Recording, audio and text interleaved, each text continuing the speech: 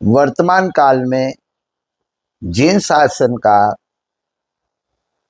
विश्व की जो विषम परिस्थितियां चल रही है उसके सूत्रों का, ग्रंथों का, महापुरुषों का, उसके अनुष्ठानों का, उसकी विधियों का, उसकी साधना पद्धतियों का, सब का अति महत्वपूर्ण स्थान है विश्व मात्र के लिए।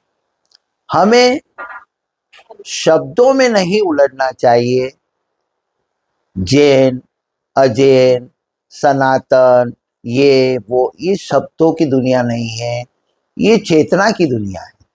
कॉन्शियसनेस का पूरे ब्रह्मांड में खेल चलता है और उसी के अनुरूप पूरा जीव मात्र अपना कार्य करता है, पूरी सृष्टि करती है, उसमें नेचर भी आ जाती है। हमें अपनी चेतना का शुद्धिकरण करना ये जीवन का प्रमुख लक्ष्य होना चाहिए और हम उसके जितने नजदीक पहुंचते हैं उतने ही हमें जीवन के हर क्षेत्र में अच्छे कार्यों में सफलता मिलती है और बुराई को हम परास्त कर सकते हैं। वो कब होता है? जब हमारी चेतना घनीभूत होती है, इकट्ठी होती है, परम शुद्ध होती है। जिन शासन के जितने भी सूत्र हैं वो बहुत ही पहुंचे हुए ऐसे महापुरुषों द्वारा जिन्होंने अपने जीवन में चेतना के हाईएस्ट लेवल को छूने की कोशिश किया, उसके नजदीक तक पहुंच गए और उस चेतना के प्रभाव में उन्होंने उसका गुंथन किया। ये शब्दों का खेल नहीं है केवल।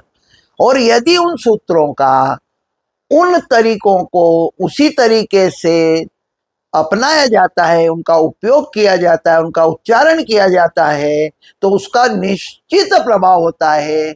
पूर्व में, प्राचीन काल में भी हुआ, वर्तमान में भी हुआ और भविष्य में भी होगा और हो रहा है।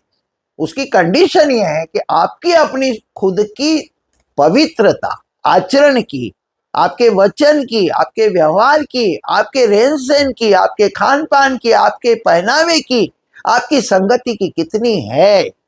आपके अंदर आप जिस शब्द को बोल रहे हैं वो कितना शुद्धता से बोल रहे हैं। सूत्र बहुत से हैं और उसमें कुछ बहुत महत्वपूर्ण सूत्र है, जैसे कि भक्तामर। भक्तामर अपने आप में ब्रह्मांड की ऊर्जा को समेटे हुए है।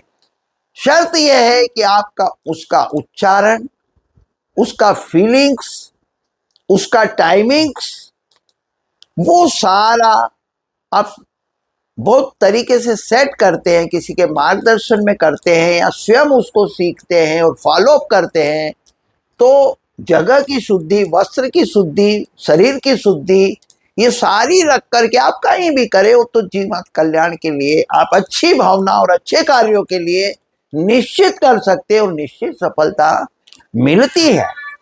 लक्ष्मी का सभी को महत्व रहता है, तो लक्ष्मी तो सरस्वती के साथ और अधीन चलती है और सरस्वती पूरे संसार को सद्बुद्धि देती है और सद्बुद्धि यदि मिलेगी तो संसार सद्मार्ग पर चल सकता है, अन्यथा नहीं चल सकता। लक्ष्मी काली भी है और सफेद भी है।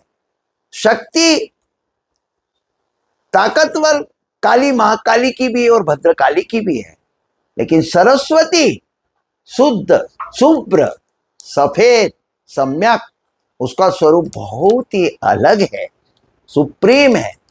वो शिव, सत्यम शिवम सुंदरम, उसमें वो शिव के साथ, हम चाहे शंकर के साथ पार्वती को जोड़े, लेकिन शिव के साथ वही सती है, वही शक्ति है, वही सरस्वती है और शिव संसार की परम चेतना है, सुप्त चेतना है। शंकर है, ठीक है, आदिनाथ के लो, भोलेनाथ के लो, महाकाल के लो, स्वरूप वो ही है। ये साकार की बातें हैं, निराकार में परम शुद्ध चेतना शिवमय।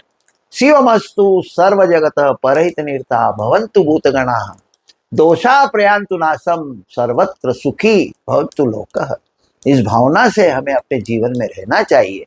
और खामे में सव्व जीवे सव्वे जीवा खमंतु में मिट्टी में सव्व भुवेसु वेरम मध्यम न के नहीं। मैत्री भाव को जीवन में धारण करना चाहिए। और आदिनाथ का जो स्तोत्र है, भक्तामर प्रणत मौलिमणि प्रभाना मुद्योतकां दलित पापत मोविताना सम्यक् प्रणम्य दीनपादयुगां युगादा वनं वनं भवजने सततं जननम्।